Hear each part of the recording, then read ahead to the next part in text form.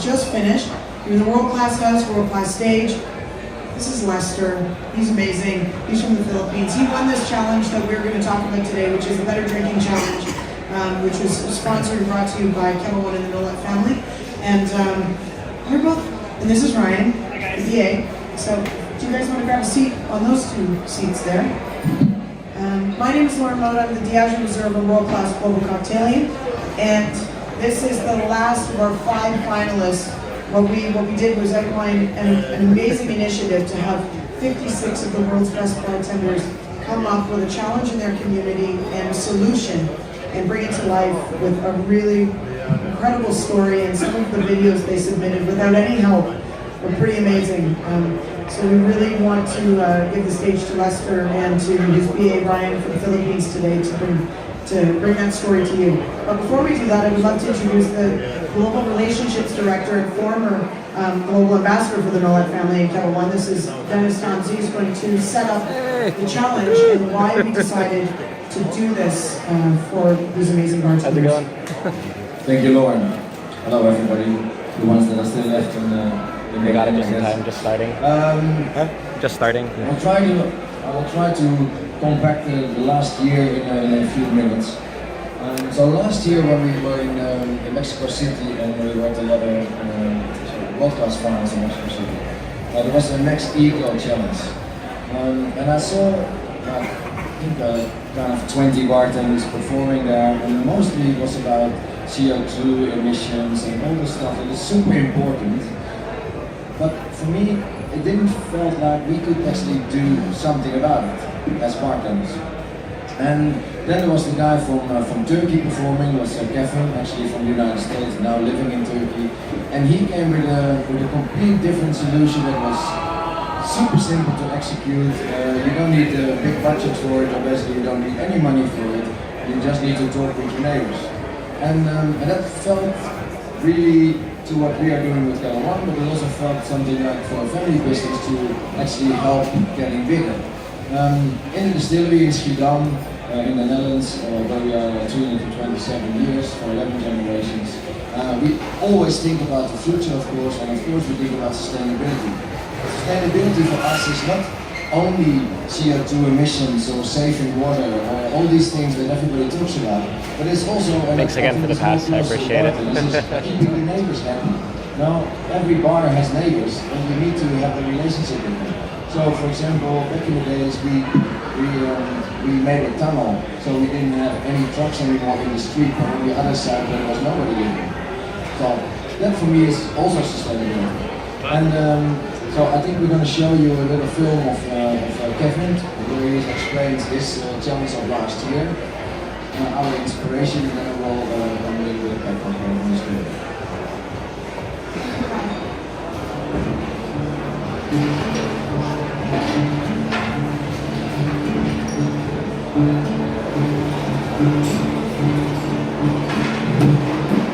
Supporting the community has always been important to me.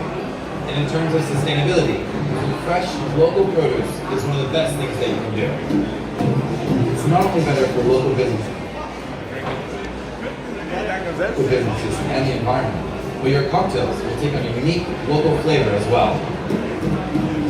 When trying to create a sustainable cocktail for last year's World Class Bartender of the Year Global Finals, I found it extremely difficult to find local, organic ingredients in Istanbul. So I created a platform inspired by bees, which I called The Hive. Bees only travel within 7 kilometers of their hive, so it made sense that we should source things in the same way. The Hive shows consumers and bars how they can do this, enabling them to make more thoughtful choices regarding the things that they buy. This year's Kettle One Challenge, Better Drinking, was inspired by the work that I've been doing in Istanbul. It aims to provide a platform for bartenders to showcase the work that they've been doing in their community. Part one was to design a remix of the Kettle One classic, Bloody Mary, Espresso Martini, or Dutch Moon, using natural, quality, and local ingredients for better drinks with wicked flavor. Part two was to demonstrate the positive impact that their method, process, or ingredients used in their drink had in their community. Here's just a few of the incredible entries we had.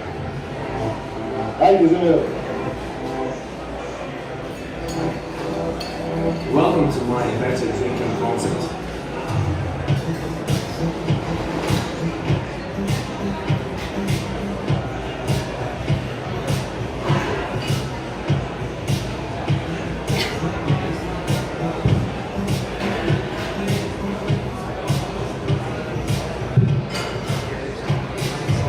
A big thanks to all who entered, and here's to another amazing world-class global wine. Cheers.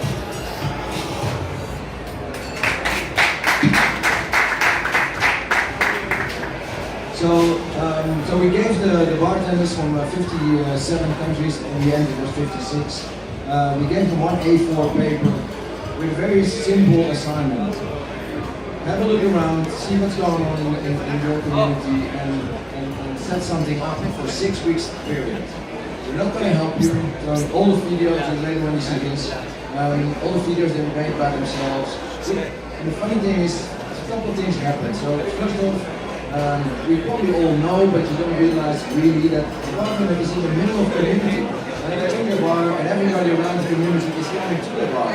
So the photographers, videographers, all sorts of things. So you can actually ask them for help, and you know what's going on.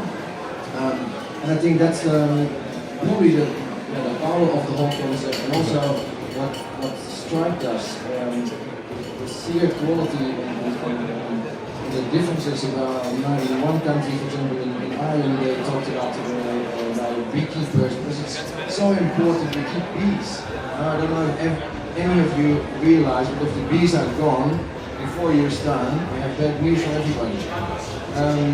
And on the other side of the world, in the Philippines, he's talking about the refugee camp. In South Africa, it was people from homeless shelters. There's incredible social thing that every time we're sitting out for the fifth time, every time I start to stop it when I'm actually trying to come with my feelings about this thing. It's incredible. Part of the Better Drinking Challenge, Paul Nolet, who's the 11th generation owner of the Nolet distillery, stood in front of everybody on the bartender brunch a couple days ago, world class. Of course, we were there, and one of the videos was shown, and he said, "This is the most important thing that we have ever done." And everyone just starts tearing up and very emotional, because like Nana said, as bartenders, we see more people every single day than any other industry. And I would love to give a proper introduction now to Lester, because Lester, he's kind of closing out this series for us today, but we always save the best till the end. I mean, Lester ended up winning this challenge globally this week at World Class, and we can't show you the entire 7-8 minute video, but I'll show you a smaller one.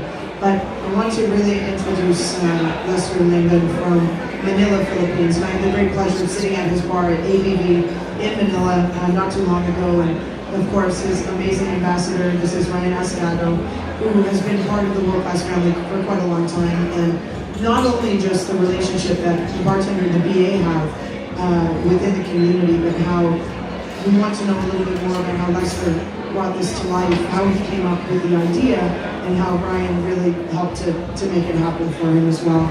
And we're so honored to have you both here. Lester's been bartending for just the last 7 years. It was his third time competing in World Class, and after these 3 moments, he was not only successful in his country, but he was also very successful when he came here. And so, Lester, thank you so much for being here. Thanks for having me. Hi guys. My name is Lester, and I'm from the Philippines. I've been bartending for the past 7 years. I was born and raised in the Philippines, so I grew up in a town where natural produce and resources are abundant. So I found using those ingredients to kind of keep up with my childhood memories and do something for it. So that would be Ryan. Hi everyone, my name is Ryan.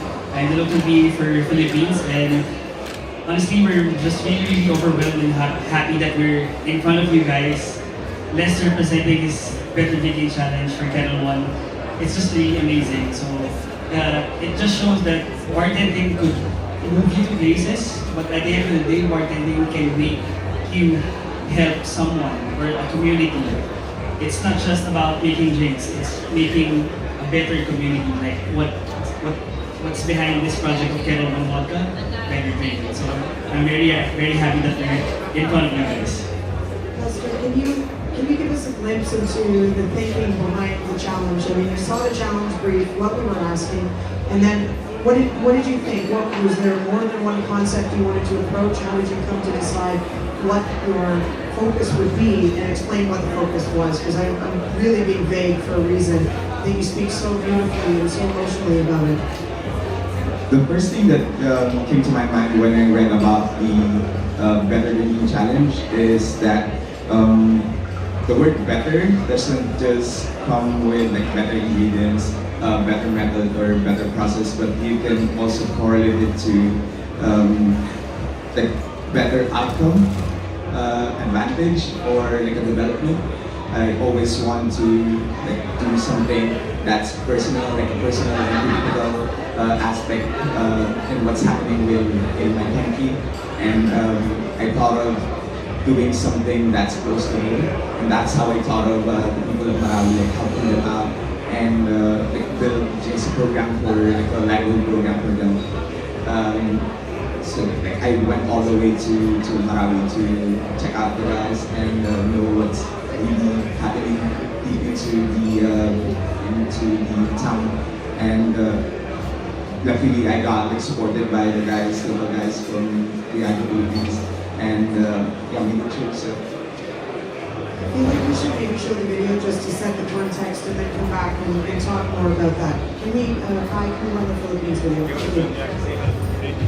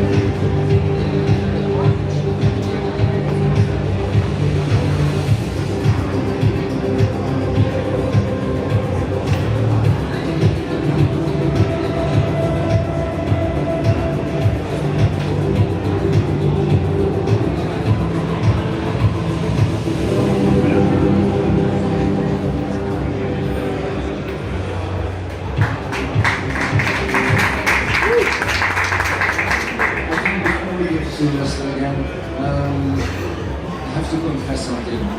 So, we were 2 days in an office with 6 or actually 7 veterans, basically. I call ourselves veterans in the industry, and we saw some others, but definitely Lester's video. And actually, looking around, we saw everybody was crying.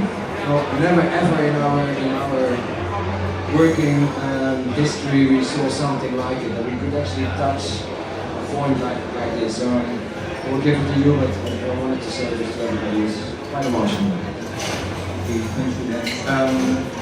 Well, the Marawi thing is really something personal to what's happening in the Philippines. Marawi is situated in the southern part of Mindanao in the Philippines, and this is, I think, the urban conflict between the Philippine government forces and the militants, the insurgents of the south. What happened to the people who are living in the town? They were sent to evacuation centers just so they can be safe. They just flee from their homes towards safety, and it's like more than 200,000 people have been affected by the conflict. And I think what I really want to do is to give the inspiration to them.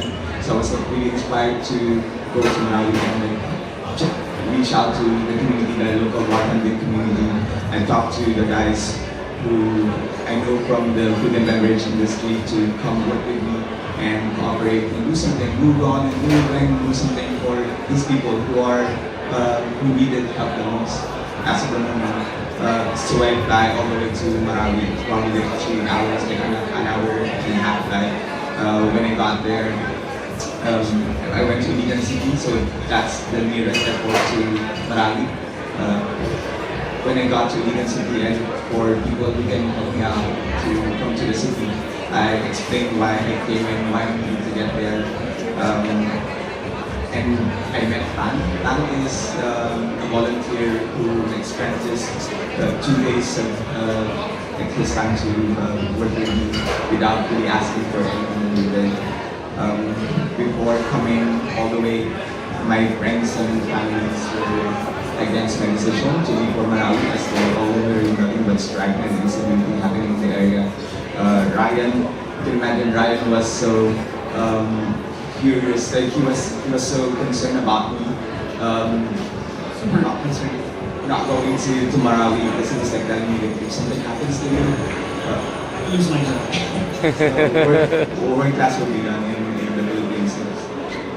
And I think people are saying like it's risky and dangerous and scary to go, but I guess what's scarier is when we start, when we lose compassion for these people who really needed help the most. We're sitting in our comfort zone when these people who are constantly suffering need help, need comfort as well. So I went there when I got to, after like 3 hours of driving with people like us met along the way. We made it to Marawi. There was nothing really scary about Marawi. Marawi is a beautiful city that will embrace you with a bit of peace once you step on its cold stone floors. The people are so welcoming. Their smiles are really genuine and engaging. It makes it feel like there was nothing really like happening in the past couple of months. Probably like you won't even imagine that a conflict is happening in the area, but you would see like some of the houses are now colored in gray because of what's happening with the conflict and all this stuff that's been happening in the area. The town is closed right now, so the people, like 600 families, are staying in the tent city after a year and a half. Elderlies are trying positive on tuberculosis because Marawi is like a really high place, so you can tell like the tent city they don't have something to keep them warm. So I interviewed one of the elderly. I almost, the tears just went down my face when I interviewed this. She was smiling at me. She was smiling at me when I started talking to her and I asked her like, how do you feel after the battle? Do you want to go back to your hometown? And she told me it's really hard because whenever the government is giving supplies, food and really goods. If there's a time that their goods didn't arrive by 3 days, they won't eat 3 days. They won't have anything in 2 days. So if there's nothing, there's nothing. She already had like the trauma whenever with all these battle that happened in her neighborhood. Whenever just like a single drop of panic would make them want to cry and it just burst into tears. And that's what really struck me. That's what really hit me right in the heart. And I never felt something so deep and so emotional. She was smiling, but then again, she was telling me about the real story of her struggle in this situation, and I just felt like I need to do something for them. One woman told me about it. They don't really need real goods or money. They just want something to keep their livelihood, like keep their manage their living. And she told me like, if someone can give us like a constant program to keep our livelihood, because we're just making palabak. That's the simplest thing that we can make right now, because all of the resources are gone wiped out. So I had a really good idea of what I really want to do, and I started like, buying some ingredients that they can make, and like, just make palabak and brought it back home, and probably to a couple trips in bars and restaurants that I talked to, and all the proceeds, we talk about it, and all the proceeds will go straight to the Maranaos, the people in Maranaos. All the proceeds will go to them, and we plan to like sell all the palabak. Palabak is like something like sambal, something like kimchi. It's more like an appetizer that they mix in the rice. They normally put it in a jar. So we plan on like selling them all the way in all parts of the Philippines, and hopefully like, the proceeds will go straight to the people around and help them continue their livelihood. So much that you are focusing on the human sustainability. And I don't know what it's like to go through what you're going through, and I think just being able to just sit and listen and be in the moment with you and sort of share the moment, and you went and chatted with those people and spent time with them, and then you also don't know what it's like to go through what they're going through, and so just trying to do anything that you can. And the bartender, I think that's such an incredible gift that we have, is that we have empathy and we listen, and we might not be able to change the world on a giant scale, but we can start with something so small that it means so much to people. And what you're doing to go all around the Philippines with this one ingredient that is actually nutritious for itself because it's fermented, and then you can, not only are you feeding people, you're also helping to send money and resources so at least they can get more relief. For everybody to understand, we weren't looking for something that would change the world. We were looking for things that we can all do basically, and that bartenders inspire people. In simple things, because every single day on television there's something terrible happening and we need to send money. And in the end, although it touches you, but it doesn't touch you deep in the heart. But if you see these guys from your own local community, it's a completely different story. And there's little things that we can do and make a big difference. So that's why it's so powerful. Can I just say that I'm really proud of Lester, because it's all of this is his initiative. So from the start, we were conceptualizing about the Better Drinking Challenge. Like, right, we need to do this, we need to do this. Then after 3 days, right, I have a concept. The concept is actually from the community as well, with the help of other restaurants and bars, especially Toyo and Otto. So we went there, talked to them, why don't we do this, why don't we do this? I think this would be a great opportunity for us to help.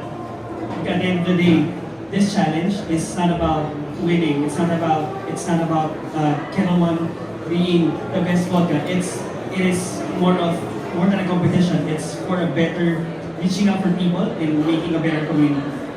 So I was kind of hesitant at first, to be honest. Like, Lester, are you sure you're going to do this? Are you sure you're going to go to Marami?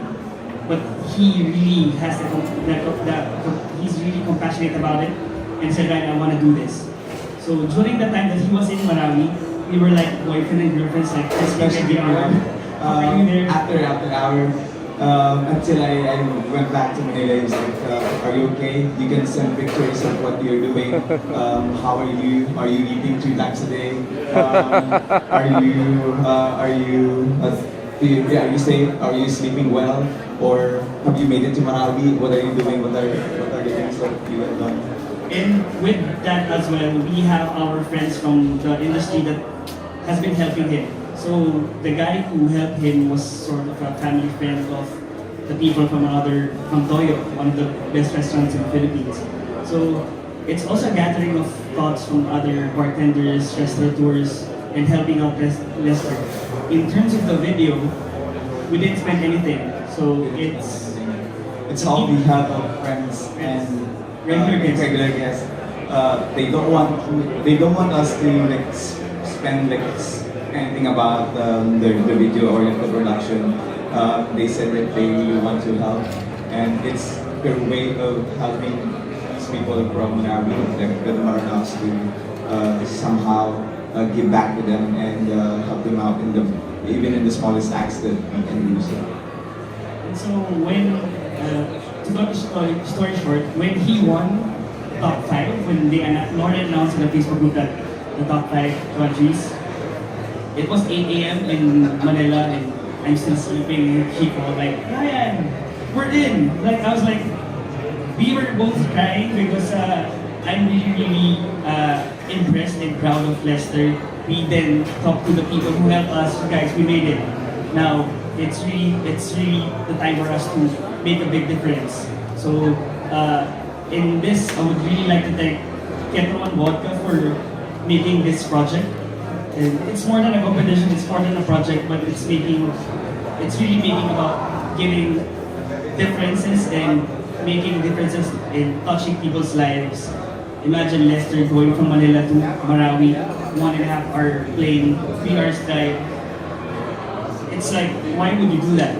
But he wants to make a difference. He wants to make a better community. He wants to make a better drink for everyone, but a better community as well. So yeah, thank you for this opportunity. Very welcome. Before I want to hear from you, Lester, what you actually did in the bar, because we didn't hear that yet.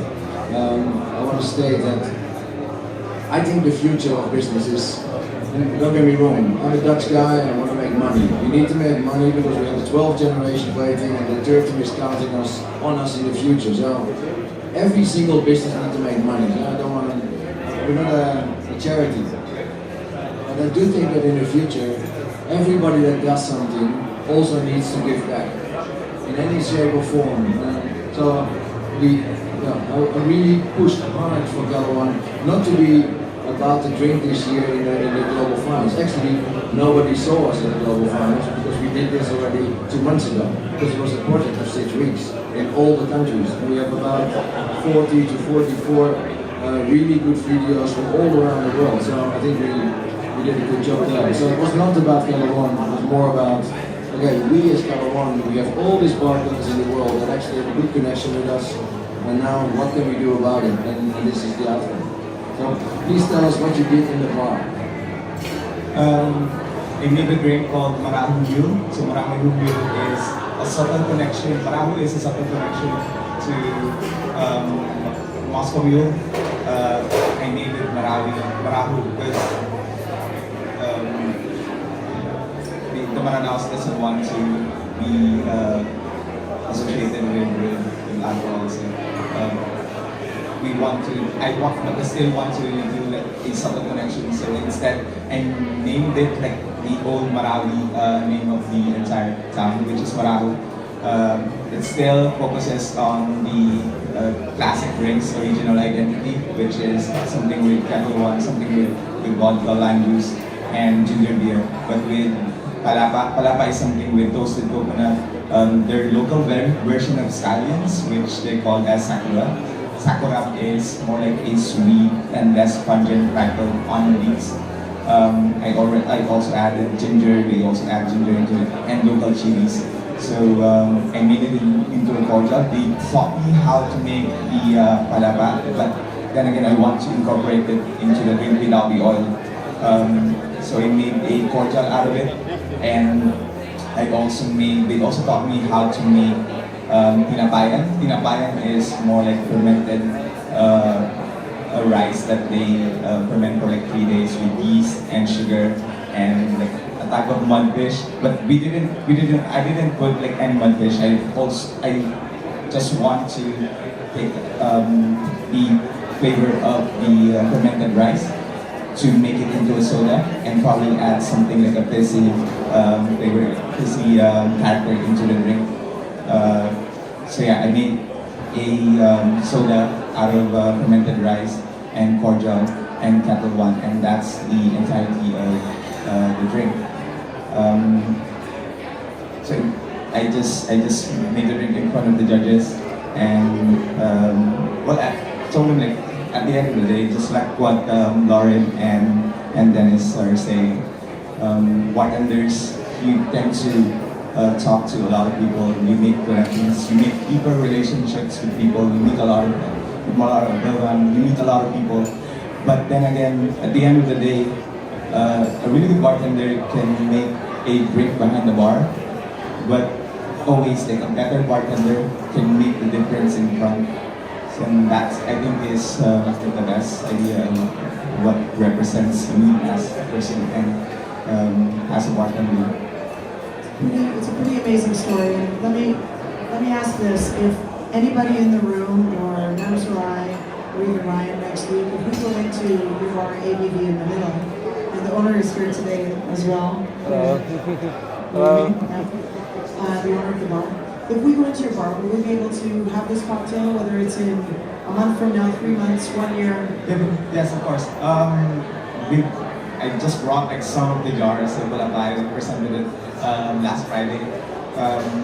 But we have like some of the Balapay at the bar. So I'm also cooking Palapa cordial.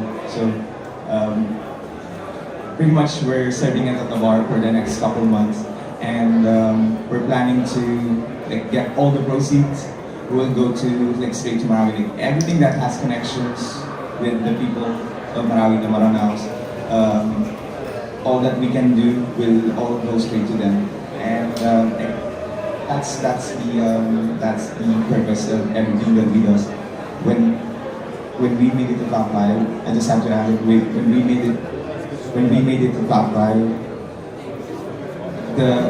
I care less about winning the entire challenge, but I really want to focus more on talking to like the clever people, like the bartenders, the brand ambassadors, and all these people who can connect with me, and probably I can share like a drink or two to them, and just talk about how we are doing this for the people of Marawi, and hopefully get their support and love for all these people who have been so good to us, and we just need something to help us out, and I think that's what we need. Like, winning is a bonus, but making it the top 5 and letting everyone see that what we're doing is something that really needs attention and a step forward is always a good thing. Does anyone have any questions at all? Comments? Okay. It's amazing. I would say that your story in the presentation really is breathtaking in a lot of ways. It leaves you speechless, but also in awe that something so massive is what you're taking an interest in. And I think it's applaudable and admirable, and you honor us by sharing this with us, with all of us. So thank you so much to you both for being here. Thank you very much.